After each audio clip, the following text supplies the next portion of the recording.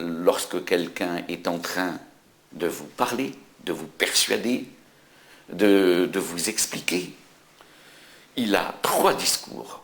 Il a le discours du visage, le discours des mimiques, le discours du regard. Il a le discours évidemment du geste, et il a le discours du corps. Donc vous allez avoir, si vous regardez quelqu'un qui va complètement vous convaincre et qui va avoir les 2 pieds bloqués derrière son tabouret, comme si il avait peur de tomber.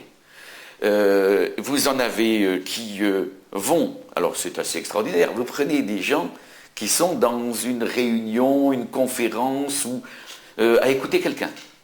Comment savez-vous que brusquement il commence à l'avoir assez? Il commence à piétiner. Soit le rouge, soit ils se dandinent, ils en ont marre. Bon. Ou alors ils vont commencer à se gratouiller. Et cette crédibilité devient une crédibilité extraordinaire parce que elle est comment je vis les choses, et je ne pense en aucun cas à faire un geste construit. Je suis en train de vous dire, maintenant ça suffit.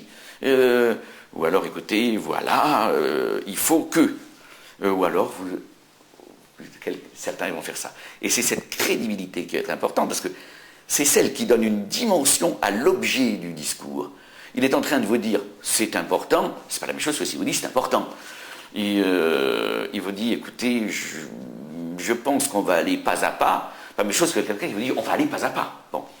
Et donc d'une certaine manière, ce geste, d'ailleurs quelquefois, va plus vite que le mot. Je suis en train de vous dire non. Ou alors oui, on peut voir ça comme ça. Et nul n'a conscience, c'est pour ça que n'importe quel professeur d'art oratoire vous dira qu'il ne faut pas avoir les mains dans les poches pour parler, c'est impossible, c'est impossible. Et la main, le regard, la posture deviennent des instruments d'un discours. Et là, on a une crédibilité assez étonnante, mais qui est, comme je l'explique, uniquement un prolongement du discours.